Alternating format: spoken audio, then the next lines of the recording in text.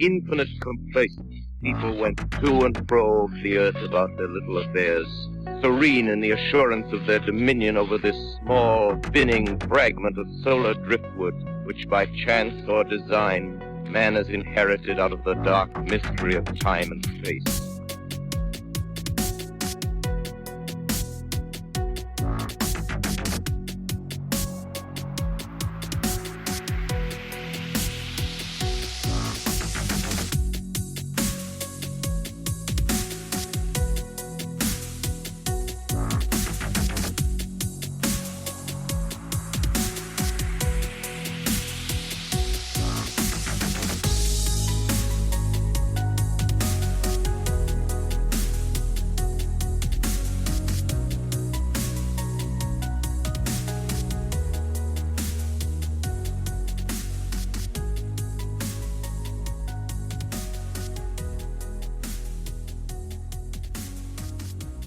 I saw your message and then I just looked it up for my own, because I mean, there's so many different little townships and cities in Ohio, Correct. Which I didn't even realize until I lived there for a little while, that I didn't know where Huber Heights is. So I looked it up, and so you're obviously, southwest.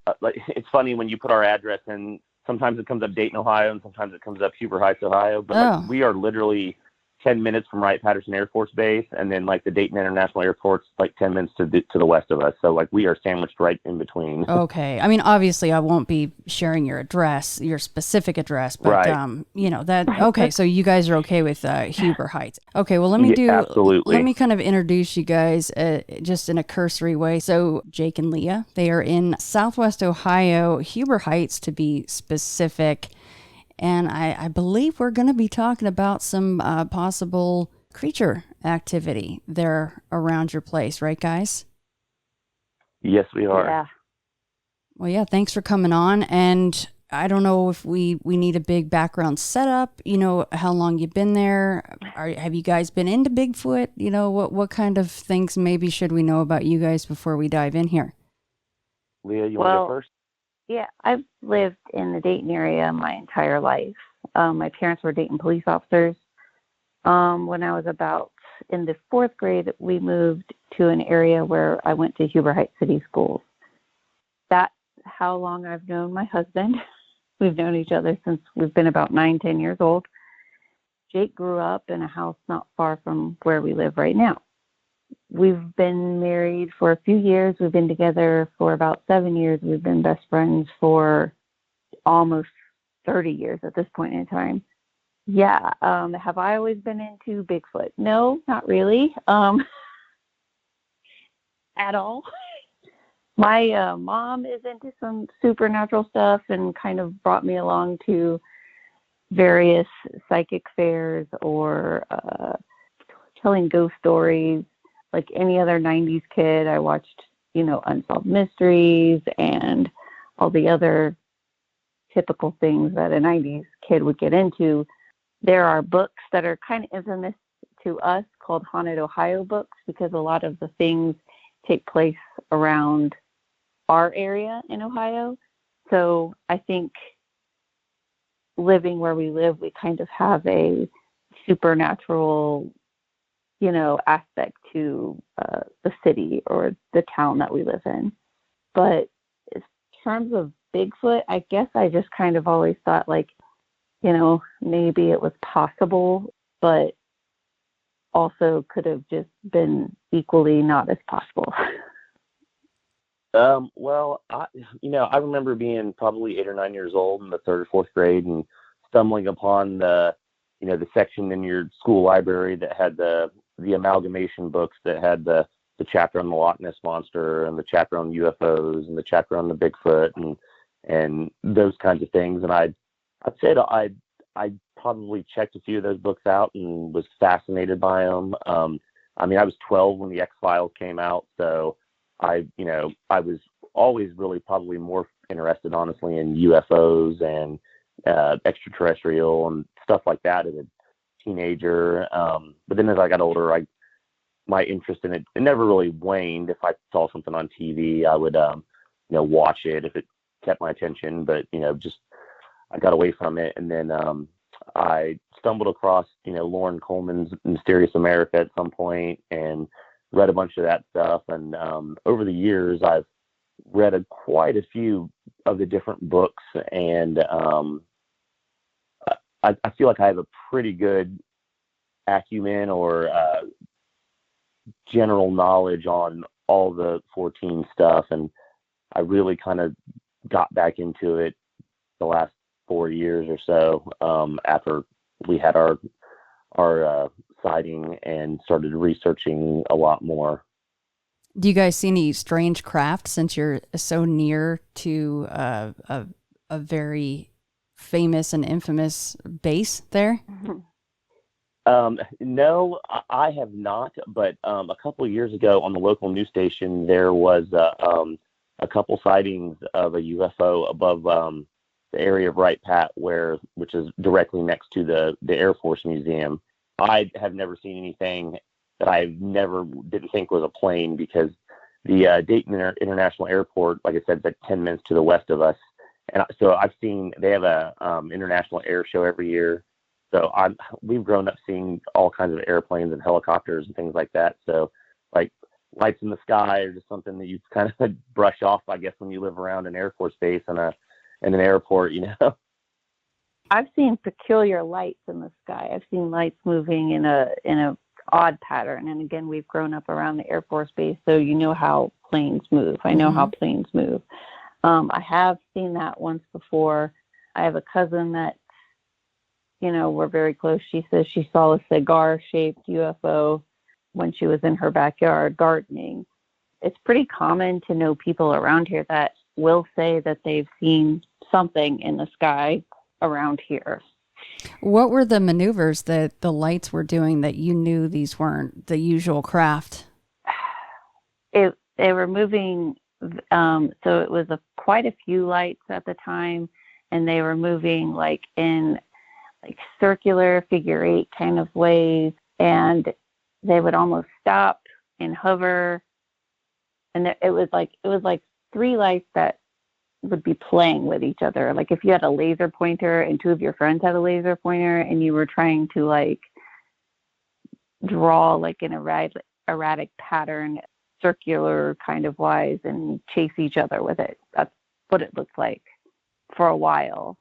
And a long time ago, I had a recording of it because I was like, what is that? But of course, time went by and I don't have it anymore. But it is pretty common, I guess, to know somebody that has seen something crazy in the sky from time to time around here. And then you do kind of brush it off, though, as well, because it's a huge Air Force base. So you're like, well, are they testing something? Right. Is something going down? And we just don't know. But yeah. I mean, all those alien bodies that they have over there, I guess there's probably some things coming in to check them out, right? Once I had a garage sale. This is no lie. And I was pregnant with my daughter at the time. And there was a bunch of VHS tapes in a box. And this old woman came up and she was with her daughter. And her daughter was like my mom's age. So this woman could have been my grandmother's age. And she was looking through the VHS tapes and she was asking me about what each movie was. And she came across the movie Signs by M. Night Shyamalan, right? And she asked me what it was about. And I was like, well, it's an alien movie. And then her daughter goes, oh, God, don't get her started on aliens. And I was like, oh, okay. Are you into these aliens, ma'am? And this lady told me that she worked at Wright Pat Air Force Base. And she was a secretary for people that were really, really high up. And she told me that she typed a big, long document where it described alien bodies and transporting them. And she said, if it wasn't true, why would they have me type that? And, I don't know, when I hear these stories, I think, okay, is it just some elderly lady pulling my chain and she's into aliens, or what? It's hard for me because who am I to judge? Because I would never believe the story that, Jake and I are about to tell. But that is the one kind of creepy story that I have about Bright Pat and the aliens. That's so awesome. This sweet grandmama. I don't know. And then she's just like, oh yeah, I typed up this long document while I was a secretary there. You go, whoa, what? Right. And she was totally like, oh, they're real. And she bought the movie. Oh my gosh. So I don't know if it was just a lady that told, tall tales or what, but right, like what her would daughter she get out shook of her that? head and was like, yeah, she worked at Right Pat. Boy, if we could talk to some of those folks, right? Right. I guess she figured, well, I'm old enough now, I can just tell whoever the heck I want about this document that I typed up. Forget it. Right. Well, guys, what do you think? Should we switch gears? I'm sorry I took you on the alien tangent there. I mean, I'm not sorry, but I'm sorry I'm not sorry. But if you guys want to maybe jump into your Bigfoot experience here, I'd love to hear it. Sure, no problem. I'll go first since my sighting happened first. And I just want to start out and say I'm not so sure that it was a Bigfoot as much as it was a mini-foot or a Littlefoot. All right. So I'll just to preface, we have a dog. We've had he's about 7 years old. We adopted him in August of 2016. It was a classic case. Family wants dog. Dad doesn't want dog. Family gets dog. Dad and dog are now best friends. But for the first month or so that we had him, we would drop him off while we went to work during the day with my father-in-law, and he would also take our daughter to school in the morning. So the dog kind of hung out with him all day. After about a month, the in-laws decided they wanted to move, so we had to stop taking the dog over there because they were getting the house ready that they were in to sell. So I normally have to get up at 5 a.m. to be at work at 6. So I was like, okay, I'll just start getting up at 4:30 in the morning, take the dog for a walk in the morning so he's not, pent up in the house all day because we're gone. Leah and I decided, okay, we'll trade days. So we would do every other day. And this would have been, I believe it would have been October 3rd, 2016. It was a Monday. This is like the first Monday of the second week we started walking him. So we've been doing this for about 5 days prior. So I'm still getting into a new routine where, I'm used to getting up early, but, wake up a few minutes, get yourself together, get dressed, get the dog's leash, collar, all that stuff together. And we live on a hill. And so when you walk out our front door, to the left would be the high part of the hill, and then to the right would be going downhill. And at the very bottom corner of our home, it's actually on the neighbor's property, is a old pine tree that's got a bunch of honeysuckle grown up in it and everything else. So I come down our driveway, start down the sidewalk, and we get to that pine tree, and the dog leaps towards the pine tree. And I'm like, okay, there's probably a rabbit, a raccoon, a possum, or my worst fear and my arch nemesis would be a skunk. So I walk down to the neighbor's driveway, and when I get there, I turn back and look towards our house. Now, we have a pretty clear sky. There's a street light behind me, and I have a pretty good light coming from our front door shining down the hill to where I'm standing now. Well, when I look back, I'm expecting to see a rabbit run out, or, like I said, a raccoon or a possum or a skunk. Instead, what I see is this 3 to 3.5 foot tall, hairy creature, and it was bulky. And it walked up the hill towards the corner of our house where we have there's a tree that's probably 2.5 feet in diameter. It's literally sits like a foot off the corner of the front of our house. It walks up the hill. It places its right arm on the tree like a human would if you walked up a hill to steady yourself. It walked down the side of our house, and behind our house there is like a Montessori school. It's like a 5-acre property, and in the back U shape of the property is all these trees and just brush and honeysuckle and all this just growth underneath.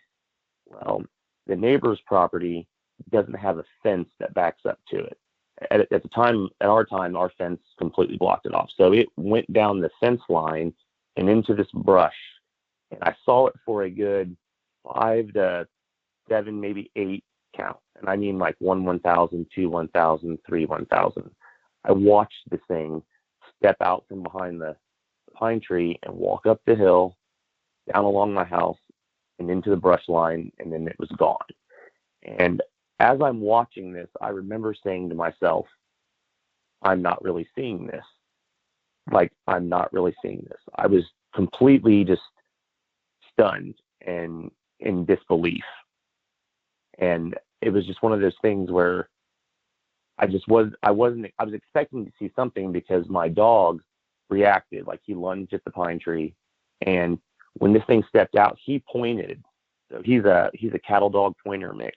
And like, so he, nose forward, one leg up, he pointed at this creature, and we were both just frozen and locked on it the whole time until it was out of sight. So I finished walking the dog. It takes about a half hour to do the little route that we do in the morning. And when I get back, I'm like, I don't say a word to anybody. I'm like, if I tell Leah this, she's just going to say, you've been watching too much Monster Quest. You didn't really see that. You were up early, your waking dream, whatever else. So I kept it to myself. And this is kind of where Leah's story comes in the next day. So the next day, I am getting the dog ready and I go on my run. Now, when I take the dog out, I run, but I run in intervals. I can't run consistently with the dog because he's a sniffer. Like Jake mentioned, he has hound in him, so like he'll want to stop.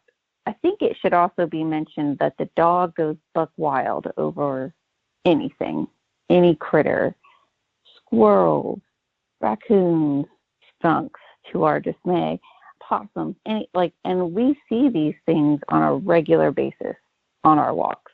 It is not uncommon to see a raccoon, and we got some good-sized trash pandas in this neighborhood.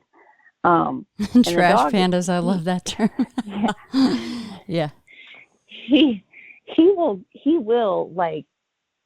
want to get at it, whatever it is. He caught a squirrel one time in the backyard, and this was early on when we had him.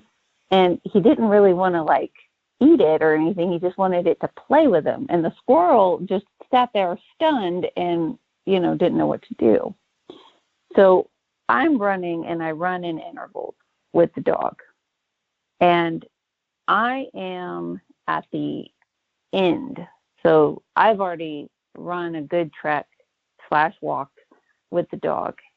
And so I'm coming down one of the main roads, and I'm about to turn the corner to enter into where our plat is.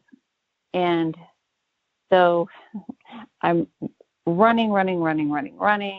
And then as I'm ending that interval of the run, I turn the corner. Now I'm walking.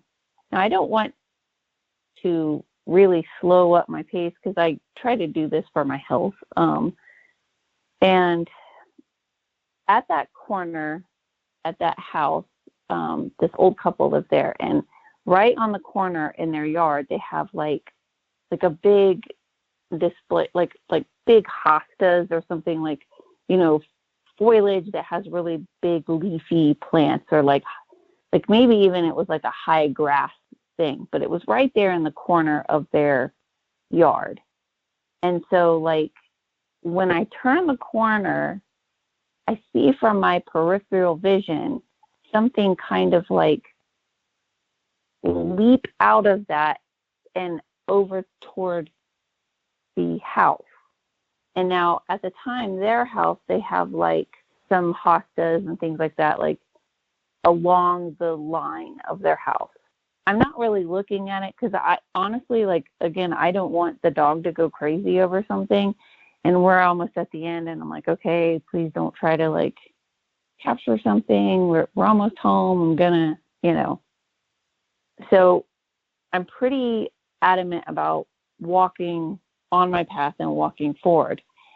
And in my periphery, I can see whatever the creature is, whatever the critter at the time is, and I'm thinking it's like a cat or something. Like I could see the leaves from whatever plants the neighbors have in their yard, like kind of rustle back and forth. And then they have a driveway where they have two big, like an SUV and a van. And so whatever it is in front of the vehicles now at this point in time. So it's kind of like walking along with me, whatever it is. But again, like at this point in time, I'm not really thinking much of it because I think it's just another something, that we see. And I'm thinking that if I react to it, then the dog will react to it, and then I'll have to try to hold him back, and it'll be a big thing. So I continue onto the path, and it's kind of a short trek before this road gets crossed with another road. And so now I'm standing at the corner getting ready I could either go up this street and I will be closer to home, or I can cross the street and take the long way home, basically, which would go straight and then go to the next street and then go up to our house. Well, while I'm standing on the corner, I just so happen to have the curiosity, get to me, and I turn and I look and I see this 3-foot tall, furry, bipedal creature. I don't know what to call it. I guess we've been calling it Littlefoot because it was bulky like a Bigfoot, like when people describe Bigfoot, but it was short. And it didn't run. It just sort of like walked with haste toward this other neighbor's house. And her name is Miss Betty. And God love Miss Betty. She'll tell you a story about how Jake saved her life. But she is the neighbor that has every single lawn ornament thing you could possibly put in your lawn. Mm-hmm. She's got it in her lawn. Like, it is full of stuff. It is a sight to see because it's just, I don't know if every suburban person knows that person that has just like the craziest front lawn, back lawn, and they just have all the things in it. And that is her. So there is like a million places to hide among her things. It's got benches, and she doesn't have grass to cut because it's just stuff or a plant or a potted plant of something. And it's walking toward her property. And now it walks into a porch light. Like, so on the corner, there's a house, and then Miss Betty's house is the next house over. So it walks in front of the house that's next door to Miss Betty's house, and they have their porch light on. So I see that it has grayish fur.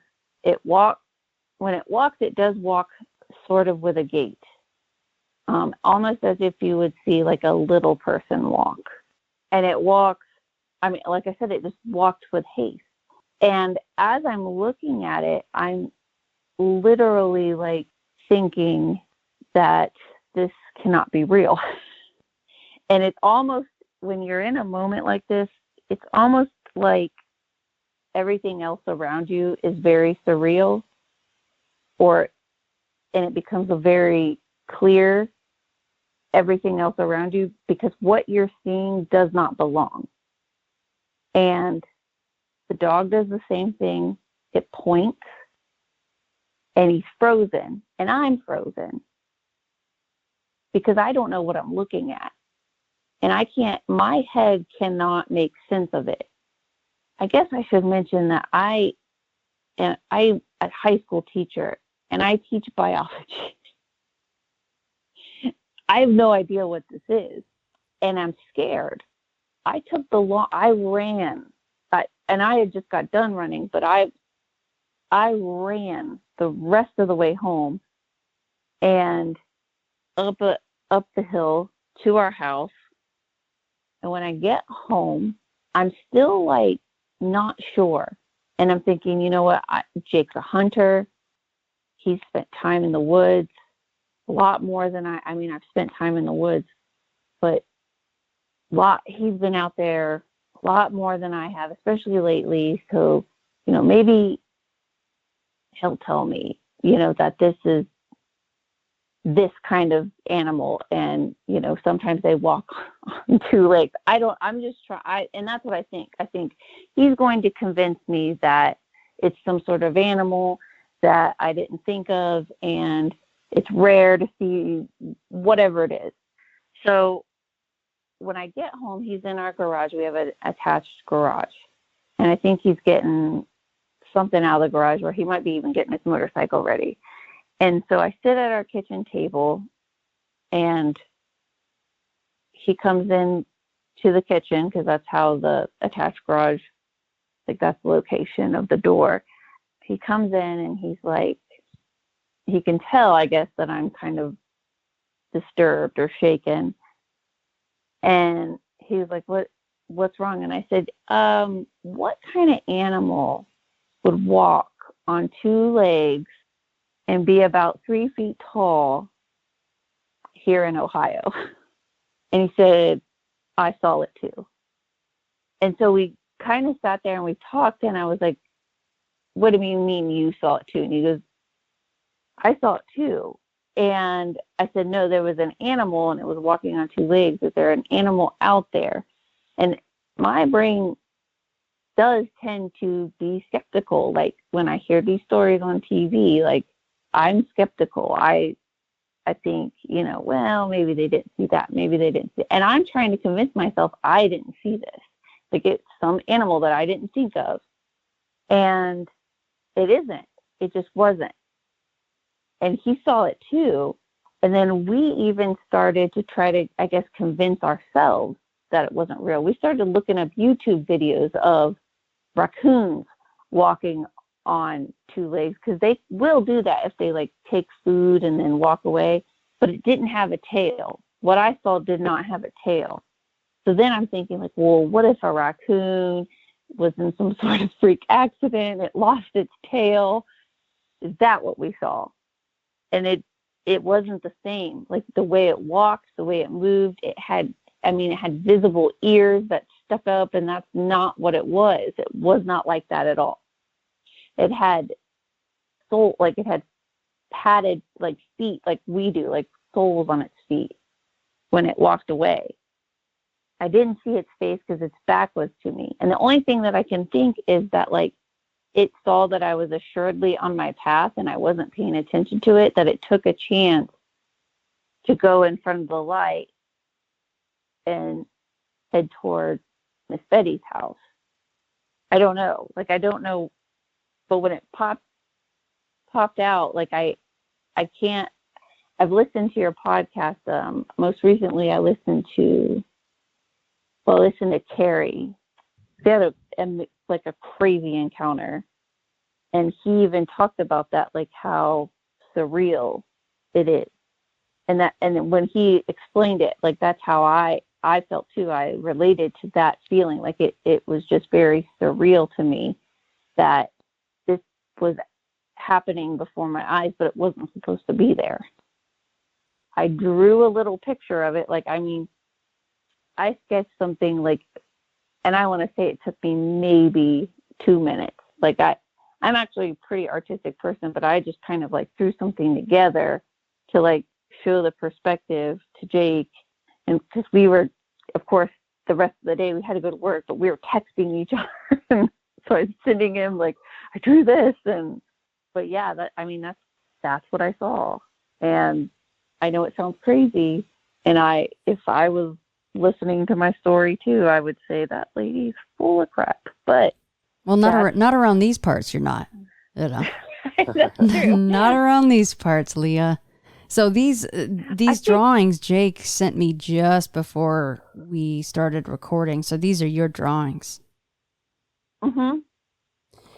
I actually feel like I need to sit down and do a better drawing, because that is of no way, shape, or form like I'm like, oh, that's not very good drawing there. And I think Ken Gerhard put it in his book. Like, he put one of them in his book because he had talked to us about it once before too. And I was like, oh, I wish I would have drawn something better for him. But yeah, that's the best way I can describe it. Is it was like a little person. Like, that's how it walked.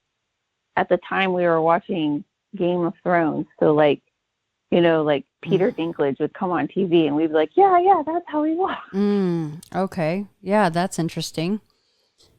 And Jake, when you saw her drawing, did you go, I mean, obviously she described the height and the build exactly, but when you saw her drawing, did you go, okay, yeah, you definitely saw the exact same thing? Yeah, that's basically what had happened. She sketched that out, and I was like, that's pretty much exactly what I saw. And it moved very similar to how she described it from my encounter. So, like, it never turned and looked back at me. It's like it walks purposely away from me. And I almost think that maybe, I don't know, maybe it was in the neighbor's yard or something. And when I opened the front door to come out to walk the dog, maybe it kind of ducked behind that tree for cover to try to avoid us. And then when me and the dog walked down, like, and the dog lunged at the tree, like, it kind of flushed him out, I guess. But yeah, and I would say that, like, the best way I could describe the fur or the hair was it reminded me of, like, the same color as like a cottontail rabbit's fur, that brownish gray. And yeah, like I said, it had no tail, and it almost reminded me of like a little version of Patty from the Patterson-Gimlin film, except for it never turned around. And the thing that really threw me off about it is when it walked up the hill from the bottom corner where the pine tree was up to where that tree was by the corner of our house, is it put its arm up on the tree, like, to steady itself. Like a quadruped would go down on all fours going up the hill for stability. That's what just stuck out to me in my mind, is that, like, if that thing was a raccoon or was something that a possum or something that would rear back on its legs, and for whatever reason, like, first of all, the height and the size and the bulk didn't line up, but it reached up and put its arm on the tree to steady itself and then walked down along the side of our house into the brushes and was gone. Now, what about length of the hair? Was it longer on top, shorter in other places? From what I could see, I would say it was, I would probably say 3-ish inches, give or take, maybe a little longer over the body. I didn't see, like I said, I didn't see its face, and I didn't really see its, like, the front of it at all, so I couldn't see its chest or anything like that. But the whole backside of it was covered in fur, and it seemed equal length over its arms, its back, its legs, and then up around the head. I couldn't really see a neck. It almost, like, the shoulders and head all kind of came together. And the thing that got me is I feel, because I've been hunting and fishing my whole life, so I've been out in the outdoors here. I still deer hunt. My dad and stepdad were both hunters, so I've been out, in the woods. I've seen pretty much everything that there is here in southwestern Ohio to see, and I knew it wasn't anything that should be there. Like, this was something that was definitely out of place, that wasn't supposed to be there. And my biggest thing is I also feel like I've read enough books on the 14 or whatever to be well versed in the your Bigfoots and your Dogmen and your other cryptids or whatever. And I just have never run across anybody else talking about these smaller creatures. And I never really got the impression, like, obviously I don't know for sure, but I didn't get the impression that it was like a child.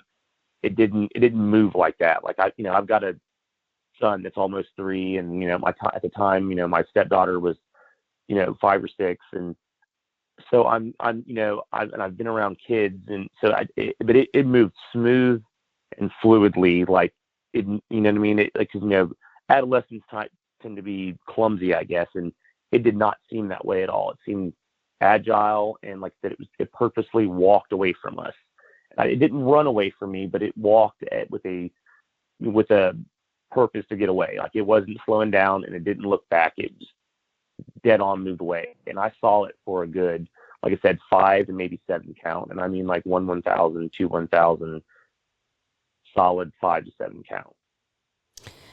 That's an interesting point because it's something I have jotted down. We're talking about Littlefoot. Where's Bigfoot, right? Like, where's Mommy? Where's Daddy? Right. Because that's something you always think of is, well, they're maybe sending them out to kind of train them to be stealthy, blah, blah, blah. But you're not getting the hint and the idea that this is actually a juvenile. You really feel like this is just a stunted Bigfoot.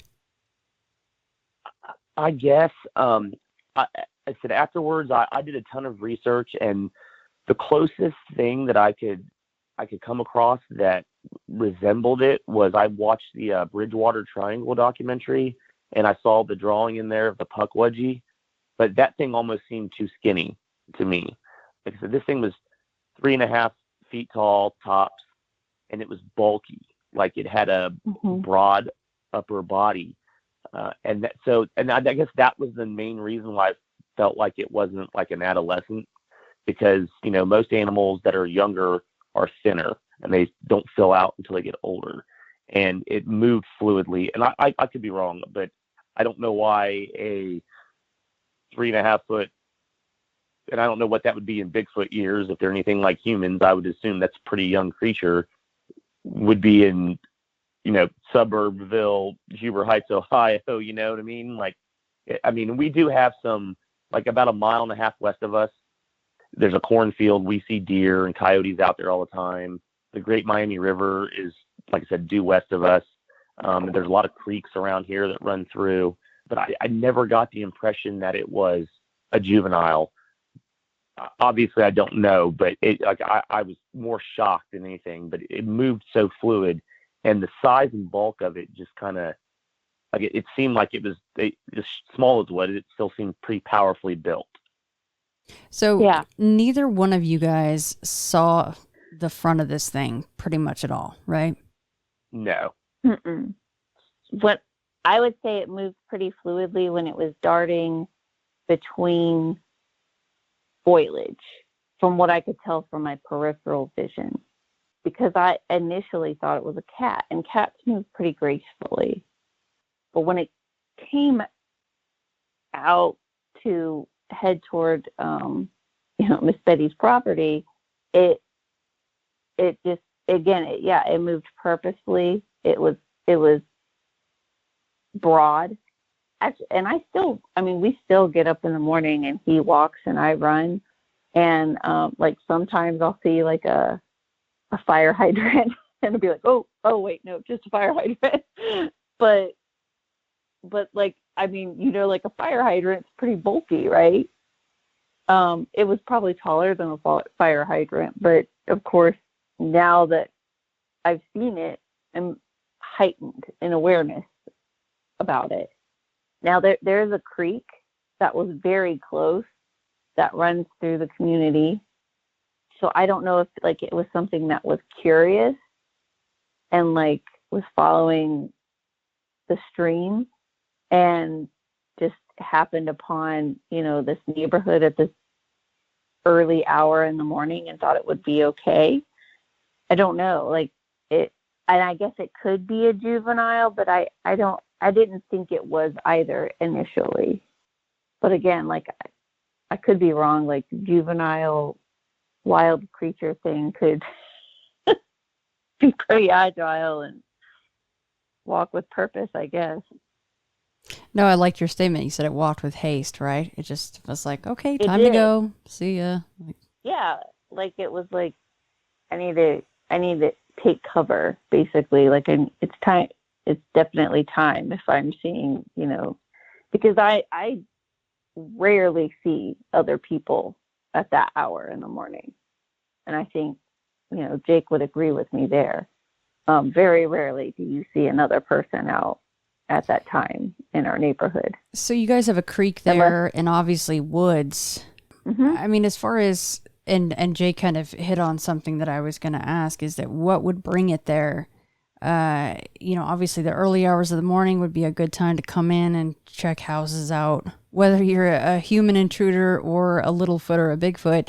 I mean, were these trash days, or, is there anything that we can pinpoint as far as why this thing would choose to come around there? That's just it. It didn't make sense to be where it was. Like, I would not expect to see something like that in the suburbs.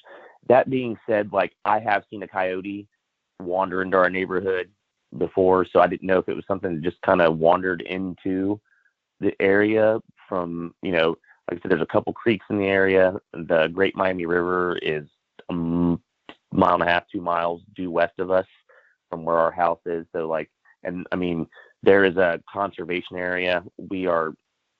This whole area is over. The deer population is extremely high to where all of our metro parks have controlled bow hunting programs. So, I mean, there's a lot of cornfields and small wood patches, and there's a lot of stuff along the riverbank. I mean, I don't think it's making its home in the sewers or anything like that. I don't know if it just kind of wandered.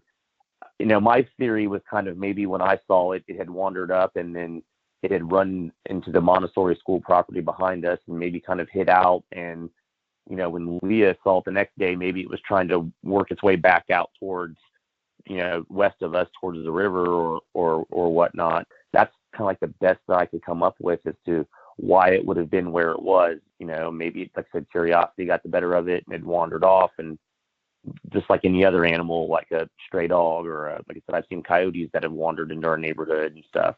I haven't seen a deer wander up this far, but like I said, the main road, Old Troy Pike, is literally, it's a 5-minute car drive, and it's, a mile and a half through the neighborhood plat, and you'll pull right out on that, and across the street there will be deer standing in the cornfield. So wildlife's not something that's not something that's regularly, when we see it all the time around here, so it's not uncommon.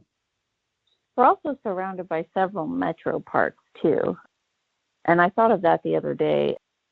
We have Huffman Dam very close by. We have the Taylorsville Dam really close by. I'm going to butt in real quick. And when she says surrounded by metro parks, these are all like 400 or 500 acre metro parks that have, I mean, you can look them up on a map, and we have one, Carriage Hill Farms, that's, I think it's close to 1,000 acres. Huffman Dam Metro Park, which actually backs up to Wright Pat, that's 300-400 acres. There's a couple conservation areas that are 100. I mean, so there are multiple parks that are hundreds of acres that dot around us. So these aren't like small city parks. These are large metro parks where there are deer and bobcats and coyotes and things like that. Yeah, that's probably really important to mention, because before I had moved to Ohio, I didn't know what in the world a metro park was. And they're basically like they're mini, like a state park or a national park or something. And right. It's, I guess, the best way to describe it. I don't know. But yes, you can go in there and you can walk and hike and bike and fish and all this other stuff. And it's not like they can close off all the wildlife that's in there, and you can run across some very interesting things. So, okay, this is kind of a question statement, two-parter kind of a thing. So your dog is a pointer, and Leah, you mentioned early on that your dog will kind of freak out and let you know if anything is around, and he just kind of pointed. He didn't freak. He didn't pull on the leash. He didn't freak out at all. And then to piggyback on that, I wanted to know if you guys felt like, for each of you, if it hadn't have moved, would you have even seen it? If it hadn't walked and made that grand exit, would you guys have even seen that thing? I wouldn't have. I don't think I would have, had it not been. And I think maybe Jake's right. Like, it could have been fleshed out of where it was at the time. And I say he, I don't know why I put a gender on it, but if it would have just stayed perfectly still, it probably would have, it would have gone unnoticed. I think that it is pretty good at being camouflage. and wherever it is. That's my opinion. Jake, what do you got? I would have walked by the pine tree, and like I said, the dog lunged at the pine tree as we were coming up to it, and then when he walked out, like I said, he stood still, he pointed, like leg up. But yeah, had he not stepped out, I don't think I would have noticed him. He was tucked in there pretty well, and I mean, I'm actually beginning to wonder as we're talking, is if maybe the dog is what he reacted to the most. Is if maybe he wanted to get away from the dog, like the dog was too close or whatever, and he wanted to get away from that dog, is kind of what I'm wondering, because I stopped and looked back, and had he just stood still, I'd have turned and kept on walking the dog and would never have noticed. Yeah, so if each of you were like out for a morning walk or a jog without a dog, then maybe you wouldn't even be talking. Yeah. And that's just it there. Like I just, curiosity got me, and I turned around because I was like, I want to know what he was, lunging at, because if it is, because he's been sprayed by a skunk several times, our dog. So it's just one of those things where, like, having grown up in the area, we have a terrible amount of skunks around here. And it's one of those things I'm like, oh, if there is a skunk, I just want to make sure there's not one in the area, because if there is one, I need to make sure I'm being careful when I come back, because the last thing I want to do is have to spray myself down and try to hose the dog down before I go to work in the morning. Like that was what like my initial curiosity of what he was lunging at. Like, I just out of curiosity, I want to see what it was. And, but like I said, had it just hunkered down and stayed there, I would have never noticed it. I would have kept on walking, but it stepped out of like the pine tree. And like I said, there's honeysuckle grown at the base. So, like I said, had he just hunkered down, I'd have kept going and walked right by him. Jake, you saw it put its arm up on, sorry, Leah, just real quick. You saw the arm go up on the tree. What did the hands look like? Or the hand, I should say. And it was dark. So I saw a dark outline, and it looked like it had 5 digits. It put its arm up and like it steadied itself, and then it walked straight on along the house there, right down to the brush line. And that's what threw me off, was its motion more than anything else. It was like, why would it put its arm up if it didn't need to steady itself? And I'm sorry, Leah, you go ahead with what you were going to say. Oh, I just kind of thought, like, in the past, like I've heard people describe like a smell attached to whatever their creature. And I think that Jake raised the point that we have skunks in the area, a lot of skunks in the area. So there are times where you just smell a smell through the air, and oftentimes like mating season or whatever else, because you can smell it in your house. So I wouldn't have associated a foul smell with it, because oftentimes the skunks around here have that smell through the neighborhood. That sounds awful about our neighborhood, but it's actually getting better. I think a population of owls have moved in, and they take care of it. But yeah, I would not have, if it smelled like that, I probably wouldn't have associated it with the creature. Right. On my end, I would say, had I smelled anything foul, I probably would have assumed it was a skunk and just kept moving and and said, hey, look, there's a skunk there. Time to keep moving. I definitely wouldn't have stopped. I would have just kept moving. All the more reason to keep going. Right. Hey, I know there's one there. Because, a lot of times when we're out walking the dog or she's out jogging, like, you can smell them before you see them sometimes. And when it comes to the skunks. So it's one of those things where if there was anything even remotely close to that, I'd been like, no, we're going to keep going. So, like, yeah, there was no smell or anything like that associated with it.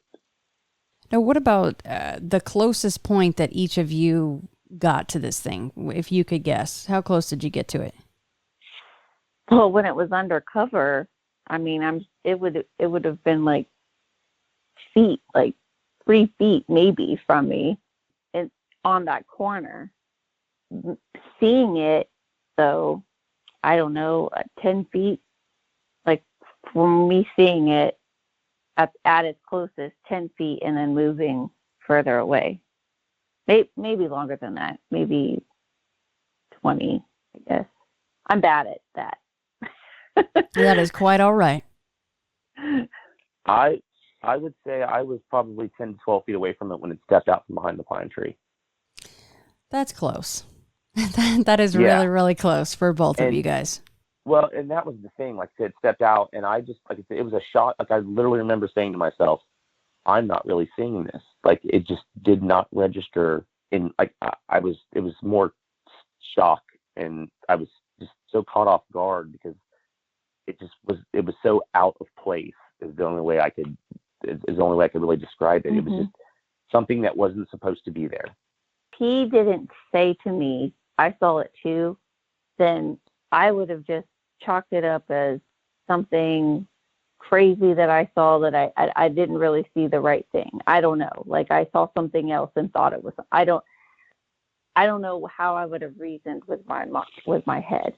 And I don't think if he hadn't seen what he saw the day before, he probably wouldn't believe what I saw. I don't know if that makes sense. Like if he would have came to me that day after he saw what he saw, I would have absolutely been like, you've been watching too much of whatever, or you've been reading too much of whatever. Yeah. And it was early, and just maybe you need to go to bed earlier or something like that. And so I guess it kind of happened pretty perfectly for us because he didn't talk about it. And then when I saw it, you know, I walked in and I thought for sure, like he's gonna tell me that it's something else. He's gonna tell me that it's like something I didn't even think about. And you wanted that, which, I mean, who could blame you? Because, yeah. There's a bear, a small bear. It's loose. Yeah.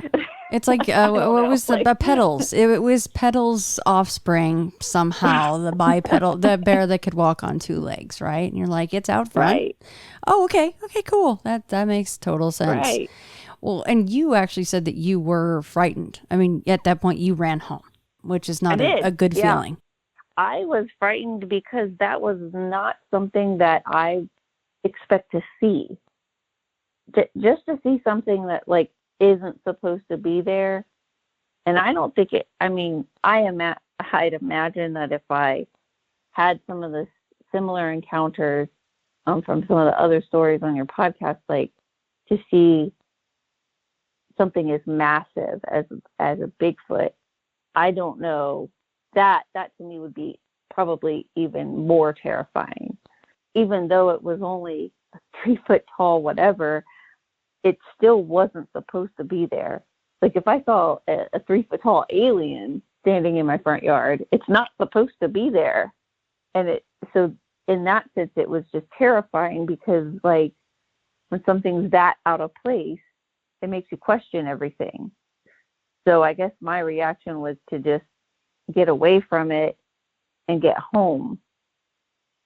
Leah, I just love that you're a biology teacher and you're just going, Jake, just tell me it's like a buffed out Arnold Schwarzenegger raccoon on 2 legs and I can go back to my day and forget about this. And it lost its tail. Yeah, no tail. Because it was battling it out with other raccoons. Something. Tell me something. Well, technically, I'm a special ed teacher, but I teach biology. So that is the classes that I teach. But yeah, because I'm on the high school level. But yeah. Hey, you're still a biology teacher, so I get where your mind is trying to clamor for something very mundane. I totally get that. Well, not mundane, but just still normal, what most people consider normal, but just a little weird, like the Arnold Schwarzenegger raccoon. And I would never tell my co-teacher this story ever. Right. You know, he has a degree from the University of Kentucky in microbiology and, you know, lived his life outdoors too. I would never tell him this story because he would think I'm crazy. Unless he's seen one, because he's from Kentucky. You never know. He's seen one, right? Yeah. But that's the only time, right? Know, but that they wouldn't maybe probably think you were nuts. I know, I totally understand that. But did it ever, maybe it didn't at all, but did you ever go, man, it'd be cool to bring this up to him and see what he thinks, you know, just see what his theory was? Sometimes it has crossed my mind here and there because working with someone that closely. Like, we are pretty close, but then I kind of like, nah. Cause I mean, like, we've disagreed on things before. So yeah, I think it's just hard for me to, especially like in a professional setting. Like, I don't want people to think like, oh, you know, our teacher's kind of kooky. Like, because she thinks she saw a Littlefoot or whatever creature out there in the woods. I will say I've had students say, you know, and I have students that live in farmhouses, or students that live like in suburban areas, or students that live more like in the city. So I have like a vast population of students that I serve, and I've had some of the students that live in those country areas say like, oh, I've seen some, like, they bring it up like, oh, that's real. That Bigfoot, that's real. I've seen some stuff out there, you know, and I just kind of go, oh, okay, you know, and I listen to their story, but I've never, ever once been like, yeah, hey, guess what, kids? I don't blame you. Story time. I don't blame you a bit. I think I brought it up to my father once, and he told me, you saw a monkey. Like, and I was like, well, first of all, Dad, monkeys have tails. Right. But, and he was like, well, even that would be out of place. Yeah, that would also be very strange. Yeah. But it didn't move like that. It didn't move like how an ape or great ape would move, like a chimpanzee. It didn't move like that. And its proportions weren't the same. It was proportioned more like, well, and like it was comfortable on 2 feet. Like Jake was saying, it should have gone on to be a quadruped as it moved up the hill, but instead it put its hand on that tree like we would do. Yeah, because that's a pretty steep hill. Like, I've put my hand on that tree. And I didn't, move on all fours. Yeah, it's crazy. Unless, I mean, I guess unless you've encountered it, you wouldn't know. But it was just so out of place is the best way I can explain it. And it caught me so off guard that it scared me. So I wanted him to tell me that some bulked up Schwarzenegger raccoon out there with no tail. Well, yeah, because, you're like, well, yeah, because tomorrow's your day, and then again, it's my day, so I need to know that there's something normal out there, because I got to go walk the dog again, or run with the dog. Something else that stands out about this is the fact that the soles of the feet, or the sole of the 1 foot that I see in your drawing, I've got it pulled up here, and it's something that has, it's on the internet. You brought up the PG film, Jake, and that some of the last few frames is Patty walking away, and I don't know if it's the same foot or if it's her right foot. Anyhow, you can see it's basically exactly what Leah saw and drew, is right the back and then the sole of the foot up. Did you also see any of the bottom of its feet? I didn't see I wasn't looking at its feet. I was kind of looking at the totality of the creature, and that didn't stick out to me.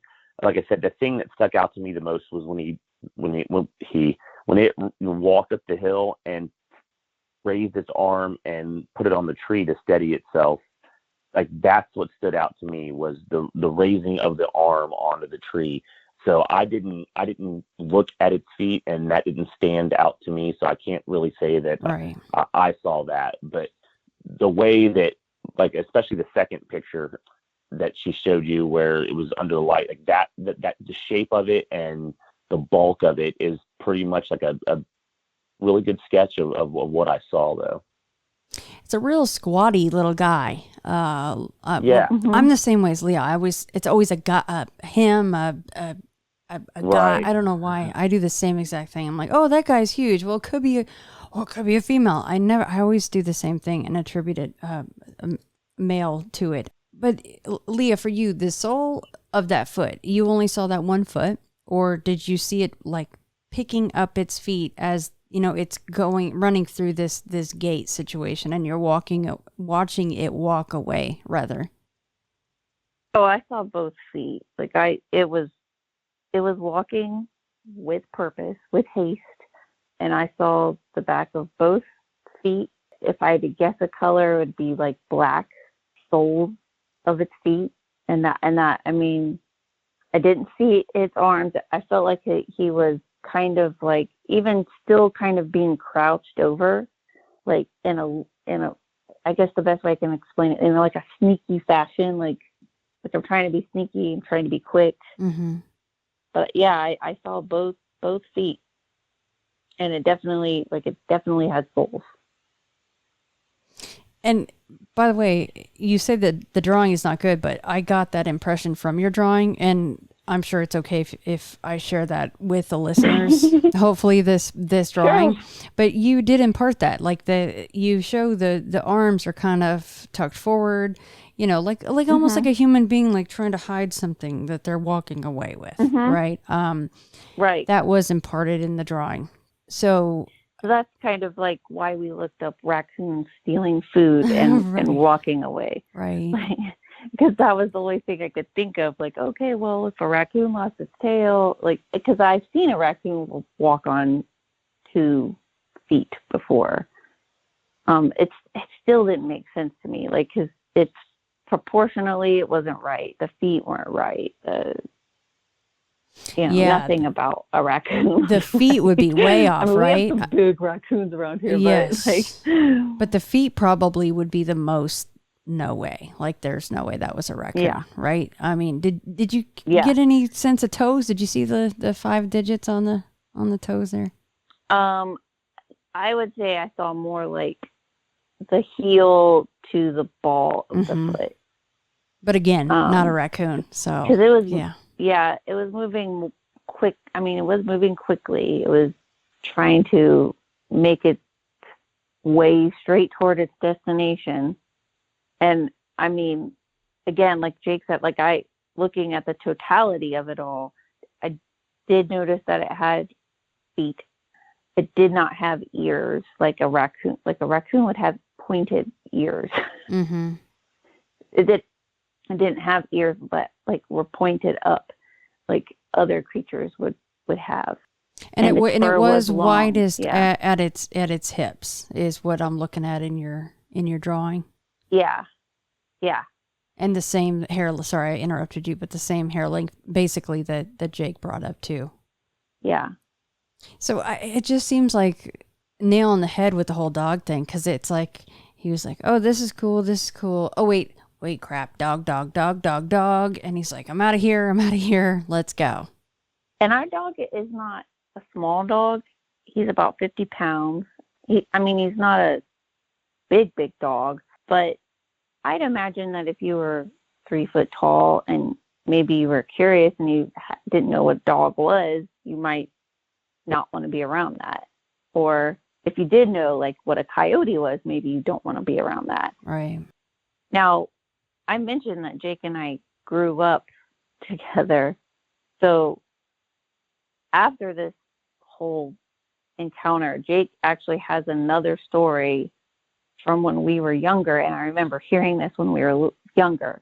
And we didn't really tie that story to this until recently. So I'll let Jake tell you that part too. Awesome. So this took place back in, I believe it was 1993. So I would have been 12 at the time. And I lived in a house that's about 1.5 miles away from where we live at now. So not real far. Just to check, I put it in Google Maps just to make sure the distance. Okay, yeah, it's a lot closer than I thought it was, actually.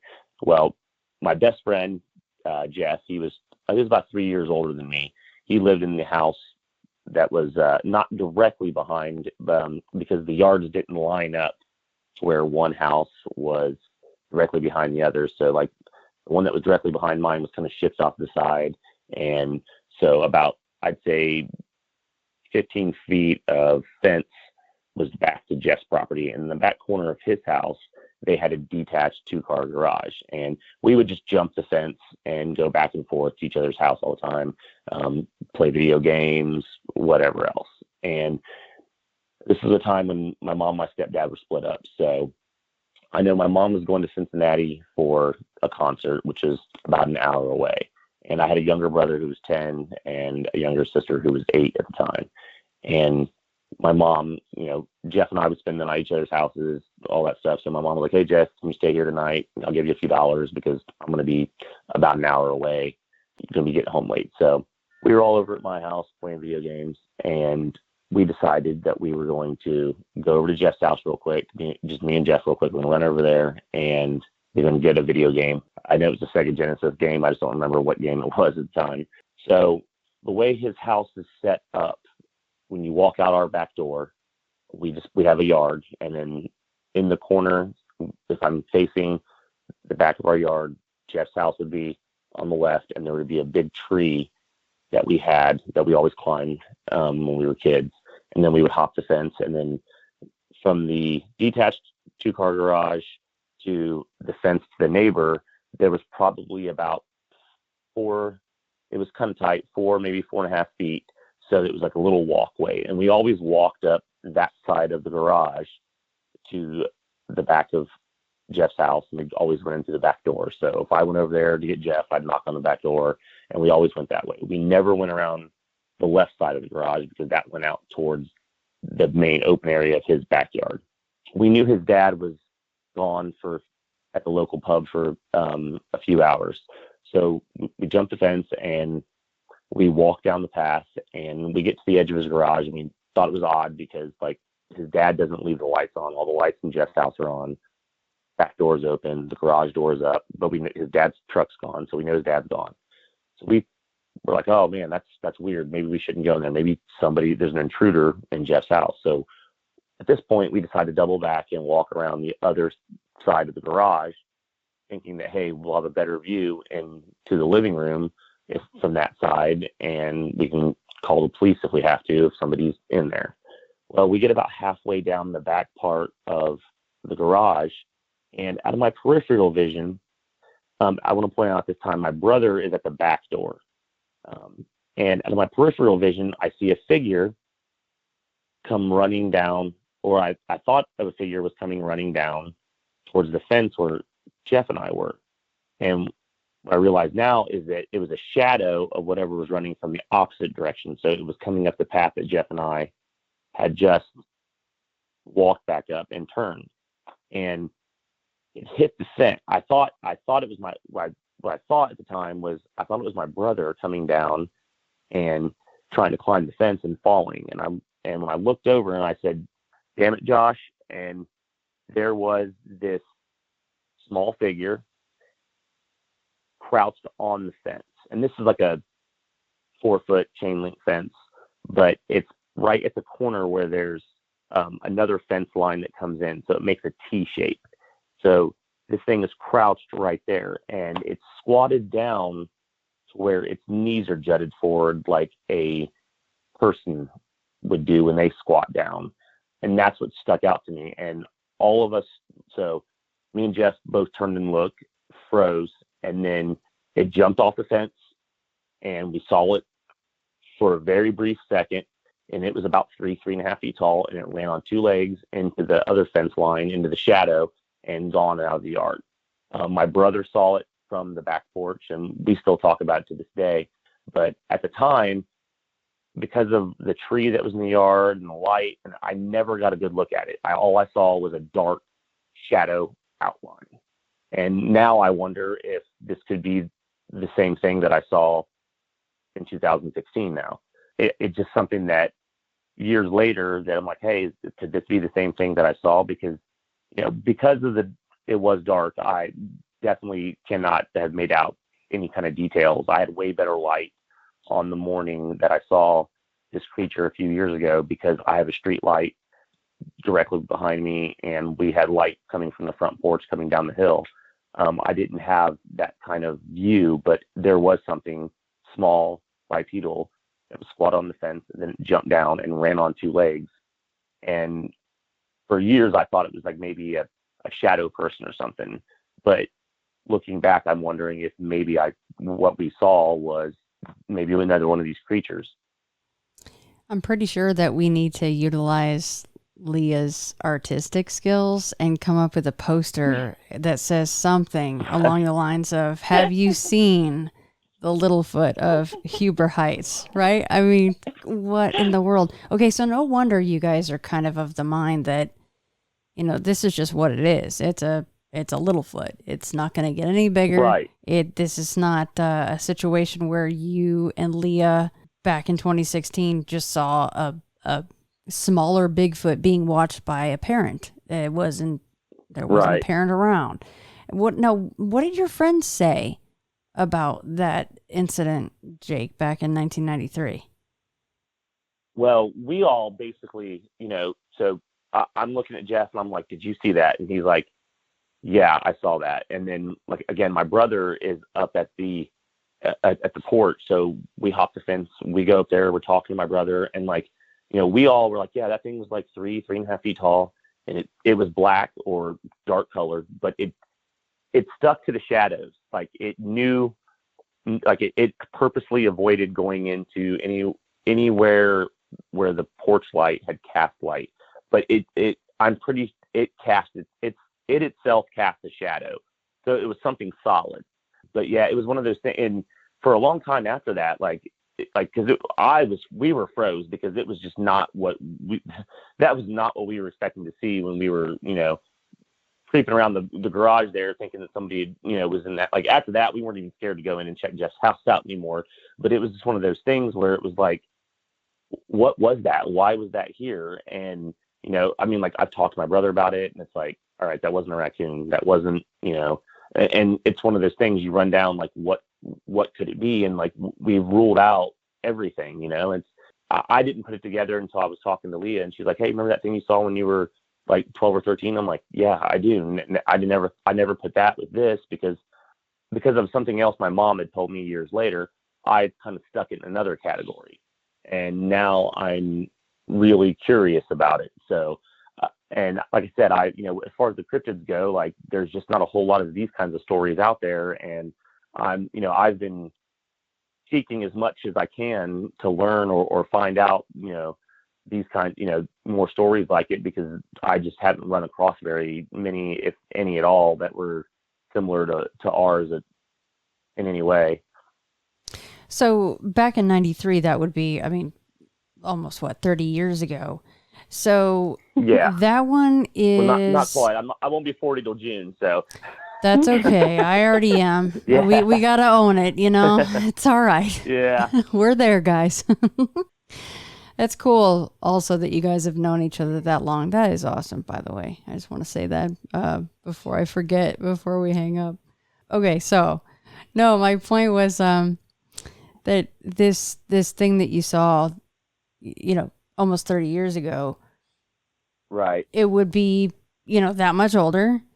And back then, you're saying it's black or really, really dark, right? Which is interesting, because correct. Then you see it in 2016, the same size and shape, and it's now grayish.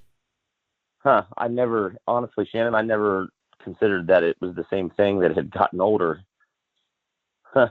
Well, it may not be. That's just conjecture. That's just my own weird brain kind of. That had never crossed my mind, to be honest with you. Wow, I had never put those two parts of it together either. That's a great point, I guess. I mean, it'd be cool to think that it would be the same. I mean, it's cool either way, but you know, where does it go? What has it done all this time? Where does it actually stay? You know, like you kind of tongue in cheek said, well, it doesn't live in the sewers, but you know, where does it go? Okay, well, so I've thought a lot about that, and so where we live, so we're not far from the middle school, and like I said, like right west of us, there's behind the middle school, they have their land lab there, so they had a pretty good sized acreage property that, you know, you kids would go on field trips and they'd show you all the, you know, all the stuff. Well, there's lots of streams that run down through there that run down to the river, and I've read somewhere that, you know, a lot of Bigfoot sightings and cryptid sightings in general take place around waterways and railroad tracks. And I know on this side of the Mississippi, for most part, most of the railways were built along rivers and canals so they could transport the materials to build the railroads. So I'm wondering if basically the waterways are whatever this thing or whatever else utilizes, and sometimes they just wander a little further off from the streams or the rivers. We have canals too. Like, we have a canal very close to us, an actual canal. Well, it's not really. It used to be an actual canal. It's well, defunct. That's what I'm saying. Yeah, but like, but yeah, one of the micro but your parts, canals like, are built along the rivers too. Right. Jake, do you remember what time of year that was in '93 when you guys saw? Yes, it was in the summer. So I don't. Okay. I mean, it was. We were out of school, right, so right. it was June, July, okay. Late June or July. My birthday's in June, so I know it was after my birthday because school was out. I mean, school had been out for a while, so but it was June or July, and it was. I would say it was probably 10:30 at night, so it wasn't super late. You know, it was like the sun was down, and in the summer, you know, the sun sets around. I mean, don't get dark until 9:30 around here. So and it was dark at that point. So I would say it was probably 10:30 when we decided to go over to his house to grab that video game. I mean, would you guys want to see it again? I think about that a lot because, again, I still run, and actually our routine has kind of changed. Jake has taken a huge liking to actually walking the dog, and I like to run. The dog doesn't necessarily like to run, so our morning routine is he gets up with the dog, and then I get up, and then right immediately when he comes home, I leave. And then when I come home, he goes to work. So I am out there by myself. I take a bit of a different route, but in no route that I take will I avoid any of the creeks that run through the neighborhood. Because it's like, I mean, like they run under the roads. There's Twin Creek Park, you know, that I walk to with my children. And I often think about, like, do I want to see it again? Because I'm later than him, I don't think that I will. And I also kind of feel like it might be nomadic. Like, I think it kind of wanders from place to place, but this just might be one of the spots that's okay for a little while. I carry when I run. I'm not going to lie about that. As well you should. And that's very smart. Right. And, you know, we are a lot more prepared now. Like, we both carry flashlights. Being a teacher, when I go to work, I can't carry. But Jake, you know, he carries whenever he possibly can. He doesn't have that kind of restraint that I do at work. But I don't know. I don't think that it would harm. It was not aggressive. It wasn't like some of the other encounters that I've heard where, like, this creature was definitely telling me to get out of this area because it was mine. That's not how it was. I think it was more like, I'm trying to take cover to survive. I don't want any trouble. This is because clearly we live, like, it's suburbia. This is clearly not where he's supposed to be. It's clearly where we are supposed to be. So I don't know that I would ever see it again, I guess maybe that's just what I tell myself. But if I did, I feel like, I hope anyway, that I'd be more prepared to, like, take a picture or take a video or something. Like, and I practice, like, won't lie.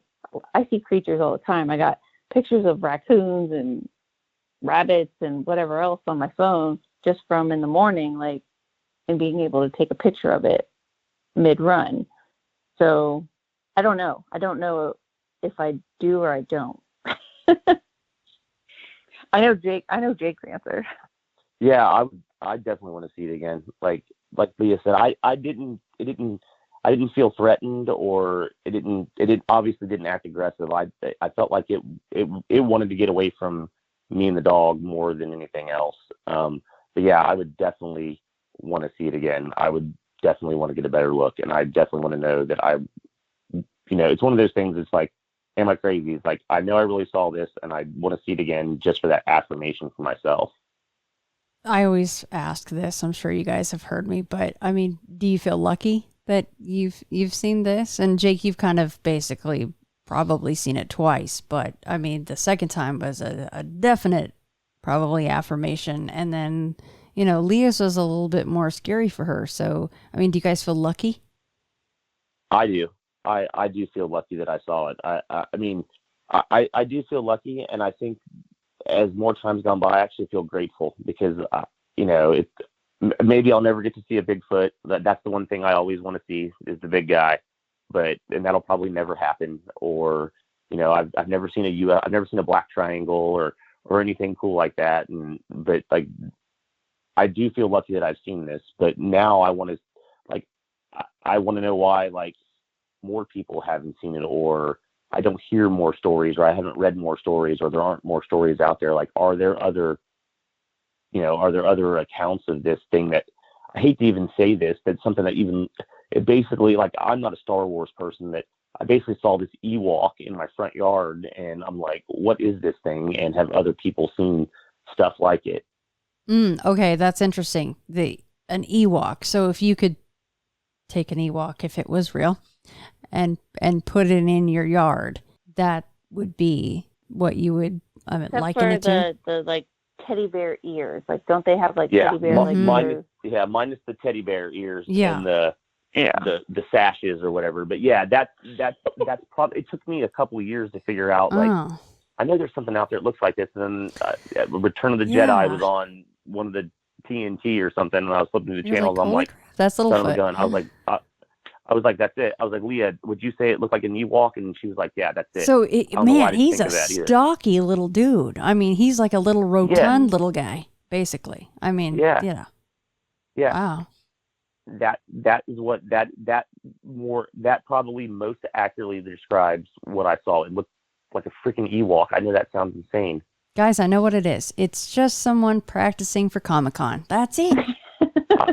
It actually is a little person in a suit, and that's exactly what they say about PG. Yeah, they're like, no, we got the joints to match up perfectly. It is a human being in a costume. There you go, with the muscles moving and everything. Right.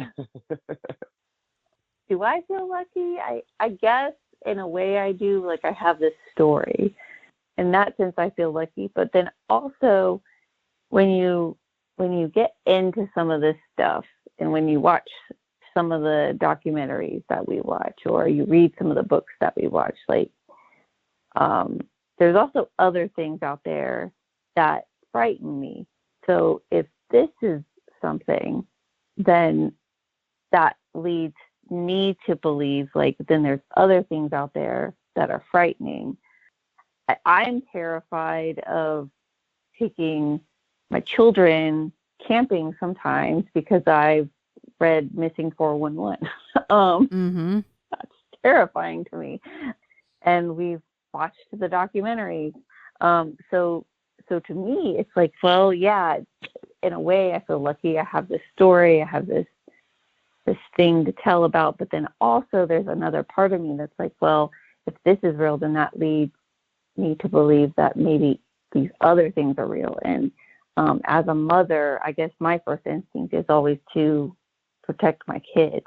And so, if there's something out there that could potentially harm them and I couldn't stop it, that's terrifying to me. So lucky to see this, sure. But I don't know if I would feel lucky to see anything bigger or more aggressive or anything like that. Well, yeah, you brought up Carrie's encounter that you were listening to, and I was going to ask you which one you were listening to because you said you were listening at the gym. Yeah, that is not the encounter that you want to have, especially when you're by yourself in the middle of pretty much damn nowhere. And let alone if you're with your children, because your first instinct is, guess I have to stand in the way of this thing and my kids to protect them, which we all would. So, And I listened. At the gym today. I was listening to the one in Michigan. Was it Creed County or Creek County? Where the guy described the deer in the tree, like a handprint was in the torn apart deer. That is frightening. Yeah. And he was with his daughter. Oh my gosh. Yeah, I think that. I mean, when I saw the drawing, I guess in my mind I just assumed Bigfoot, right? I didn't realize it was this Littlefoot situation, which I find really, really fascinating. Because we don't hear a lot about that, and I think Jake, you said the same thing. We just don't hear a lot about these smaller ones. But for the most part, I'd say 99% of the time, it's literally just a baby Bigfoot, quote unquote, right? So, I don't know. I just find that pretty cool that you saw it all those years ago. I guess. Pukwudgies, yeah. Sorry, Pukwudgie is the one, and I guess like there's more Native American lore on them when I was trying to research on it, but yeah, there, like Jake said, there's not a lot out there. But are Pukwudgies always covered in hair like a Bigfoot would be? That's the thing that I ran across, is that the description on them change a lot. Yeah, exactly. And every time I start to run across any of the little hairy stuff, it goes into the fairy folk. It starts bleeding over into the fairy folk type of stuff is what I found mostly. And that's kind of what I threw me off, is that, like, this, what I saw seemed more, I would have put, like, it was a physical thing. I do have one kind of secondhand curveball story, if you want to hear that. Yeah, absolutely. That is the reason I didn't tie my sighting when I was 12 to the sighting I had in 2016. And when I was like 18 or 19, I was talking to my mom one day, and we were having a conversation about God and religion, things like that. And it bled into ghost stories. And I told her about what I saw in the backyard when I was 12. And my parents got pregnant with me when they were both 18 years old. And they lived in Parkersburg, West Virginia. Well, they moved up to Dayton because we had family up here. And that was the thing to do back in the day, because Dayton used to be a big GM town. So there was a lot of jobs up here. So my mom and dad were staying with my Aunt Nancy, and my mom was telling me that they were sitting around, the three of them, having a conversation about religion and, you know, God and the devil and all that stuff. And they said all three of them at one time stopped and looked over. They lived in a townhouse, which is like a 2-story apartment building. So there was, you know, your downstairs was your living room, your kitchen. You go upstairs and your bedrooms up there. And they said they looked at the bottom of the steps, and there was a 3-foot tall, solid black shadow figure. They said my mom described it as being solid, but with form.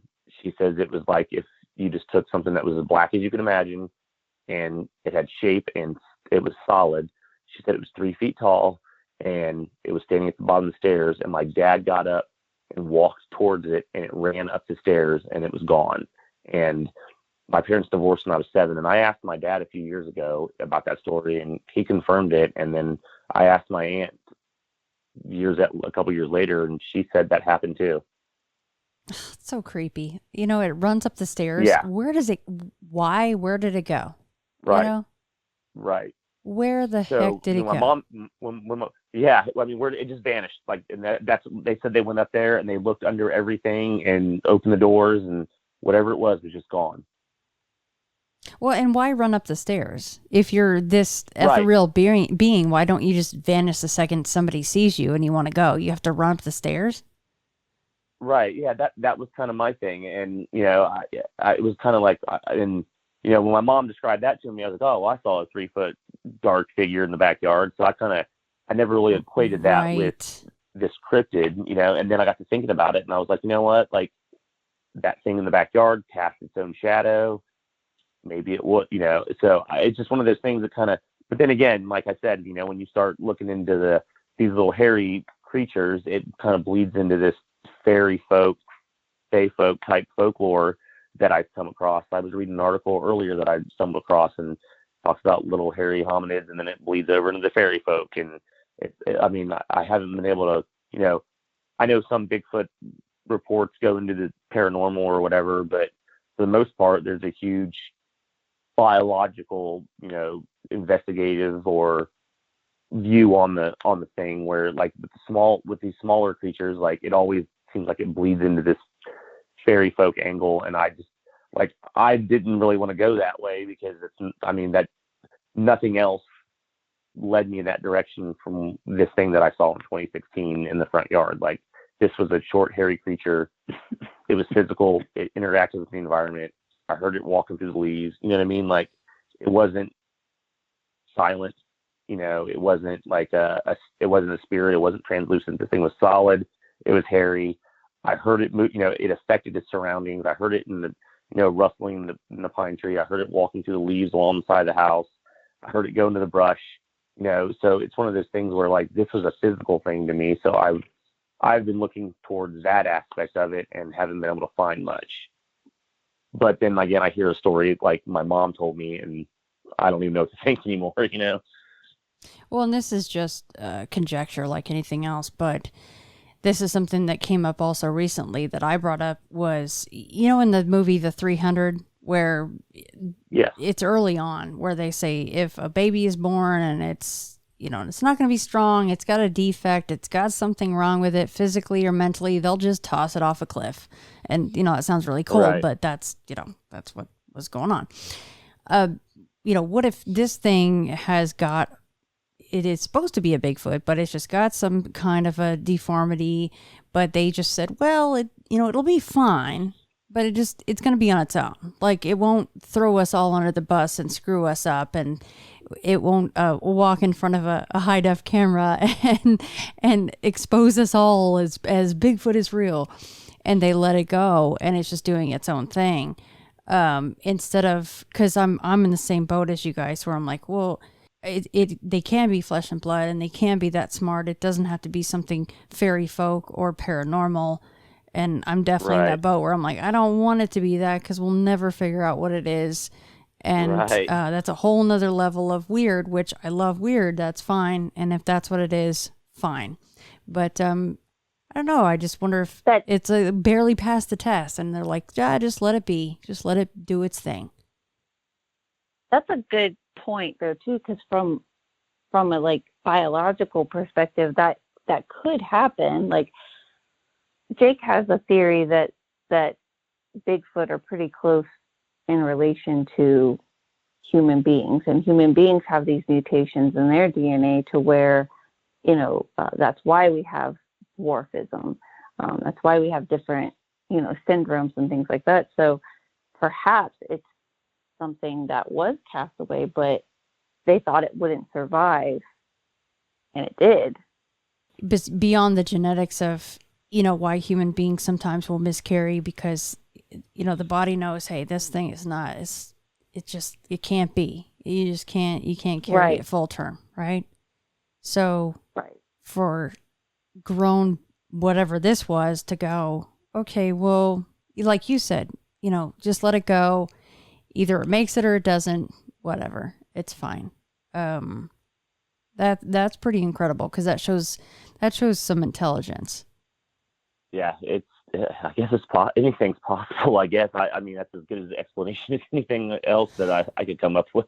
Yeah, that or the Pukwudgie or shadow beings. Believe me, like it. Seriously, we can't scoff at anything now. I mean, really, we just can't. I don't know what's more ludicrous is that there's a race of 8-foot hairy apes in the woods, and that there's also a 3-foot race of hairy ones too. I mean, I don't know. It's, right. It's right. Heck, it's all it could be that crazy alien that old lady was. See, and the girl's like, don't get her started. Yes, right. It's directly from Right Pat. That's exactly where it came from.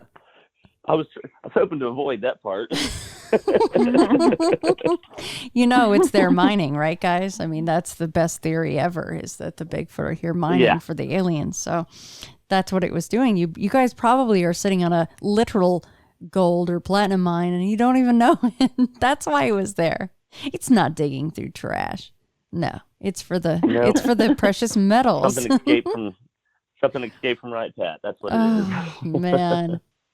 Well, you guys are wonderful to talk to. I knew you would be. I appreciate you guys so much doing this. It is super late there, and you got kids and jobs just like the rest of us, and I don't want to keep you any longer. Did I miss anything? Should we, do you want to say anything else before we hop off here and I'll let you guys go to bed? I think I covered everything that I had. Yeah, same. Just apologies that it took us so long to get with you. No, that was my fault too. The scheduling thing is, honestly, that can be the hardest part of doing the show. I just thank you guys so much for doing this. Well, thank you so much, Shannon. We appreciate it. Well, I'm so-and-so. I was given this name by my parents. I've been to such and such a college. I've done these things in my profession. I produce a little biography. Buddha says, forget it. That's not true. That's some story. That's all gone. That's all past. I want to see the real you are now. Well, nobody knows who that is. Because we don't know ourselves except through listening to our echoes and consulting our memories. But then there's a real you, and that again leads us back to this question. Who are you? That is the real you. We shall see how they play with this exam by the koans to get you to come out of your shell and find out who you really are.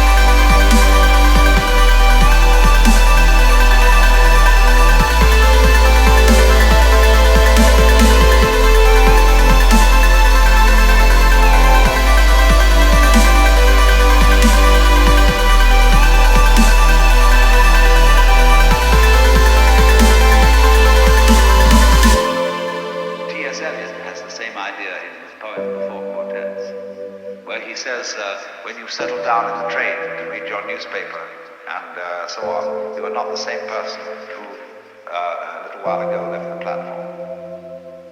If you think you are linking your moments up in a chain. And this is what binds you to the wheel of birth and death. But when you know that every moment in which you are is the only moment, this comes into Zen. A master will say to somebody, get up and walk across the room. And he comes back and he says, where are your footprints? They've gone. So where are you? Who are you? When we are asked who we are, we usually give a kind of recitation of a history.